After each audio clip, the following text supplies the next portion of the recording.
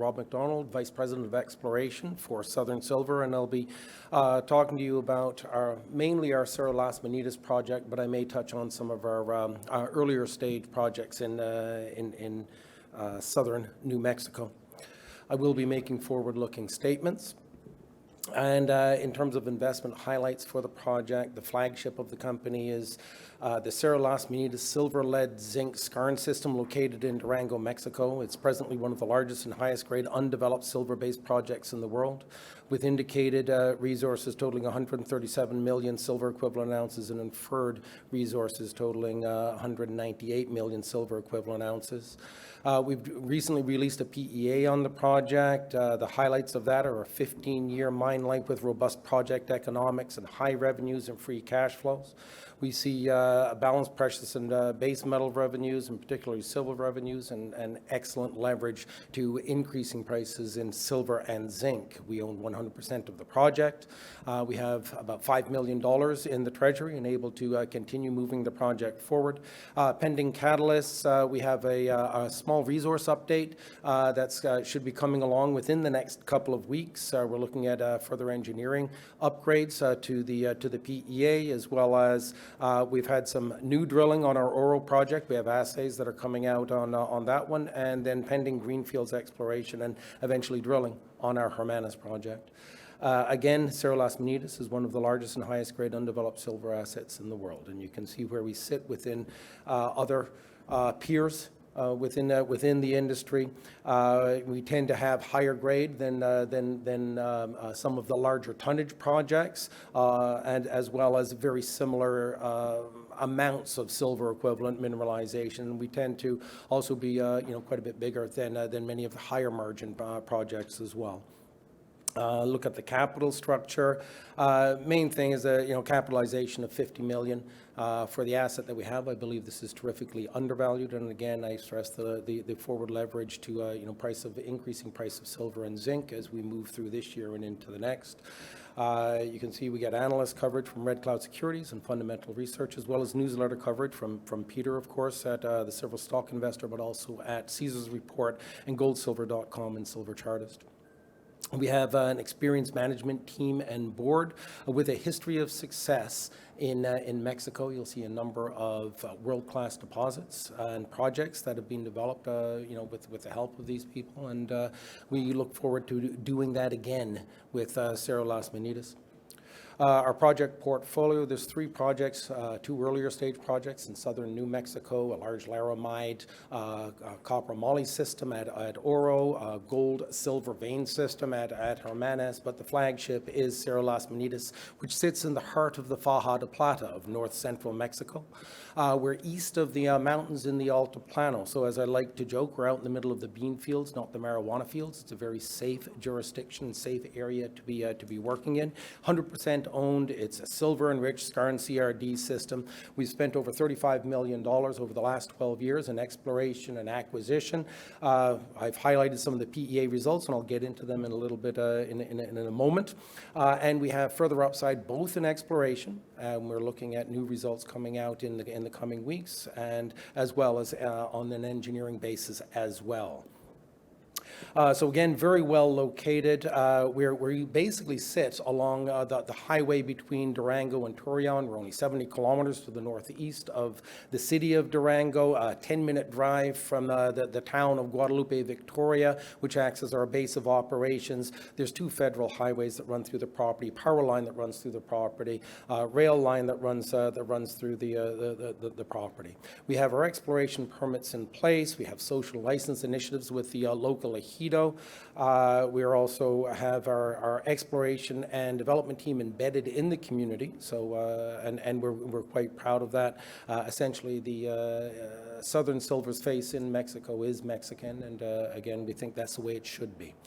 And we're in the midst of initiating hydrology, environmental baseline studies to keep the project moving forward.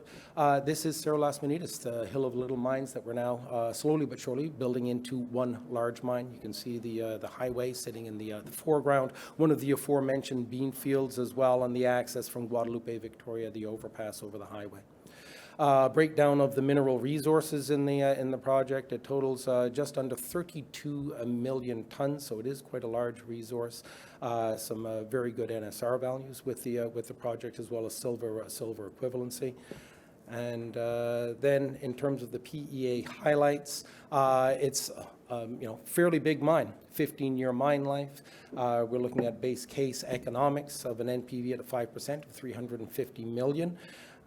With an internal rate of return of 17.9, and of course that gets better with increasing silver and zinc prices, as you can see in the base case, plus 15%, which is not really a bridge too far. With the base case plus 15% is only $25 silver and $1.53 zinc, which are the primary commodities that we're looking at with the project. It's a high revenue project with over $3.7 billion. Balanced revenues, 42% from silver, 39% from zinc, and with an initial capital of $340 million. The revenue streams or the free cash flow is also reflected in the production scenario, and you can see that we've been able to forward both higher grade production as well as producing tons in the first 8 years of the mine life, and in order to effect pay down.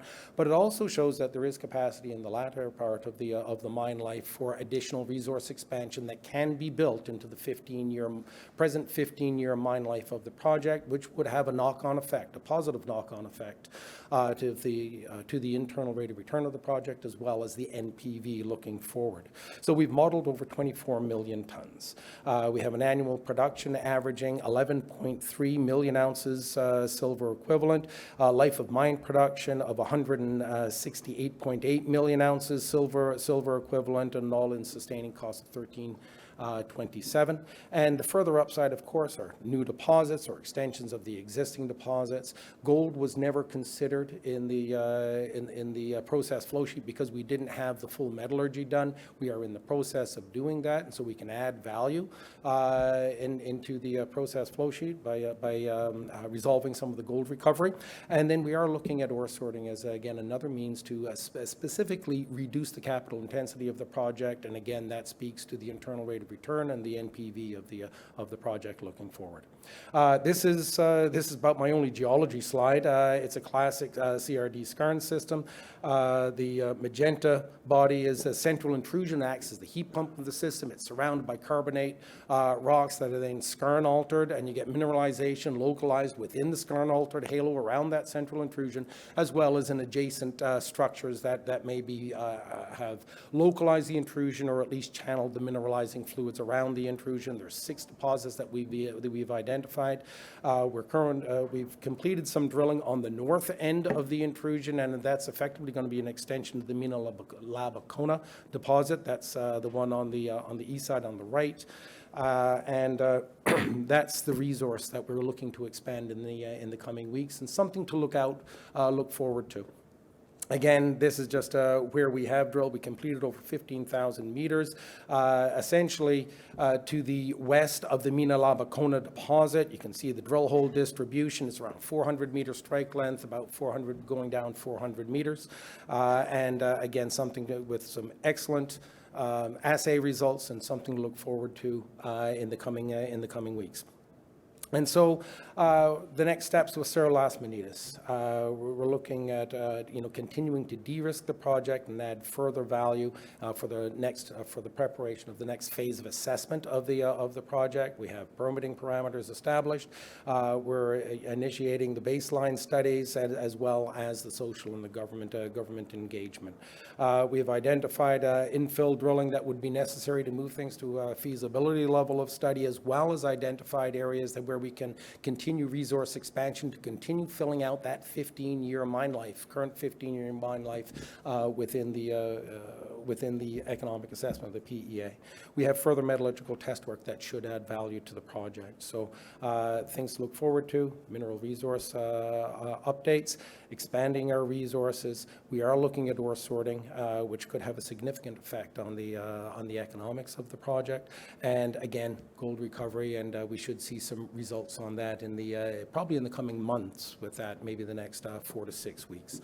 And that looks like it's about my time. I don't have any time to speak about the New Mexico projects, but if you want to speak to those, I'll be out at the booth as well.